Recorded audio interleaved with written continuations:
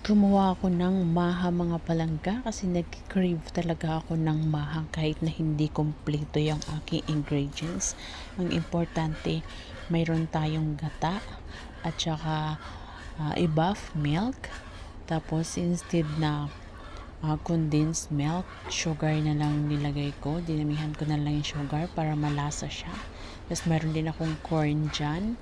At saka of course, cornstarch, no? Ayan, so nilagay ko na siya.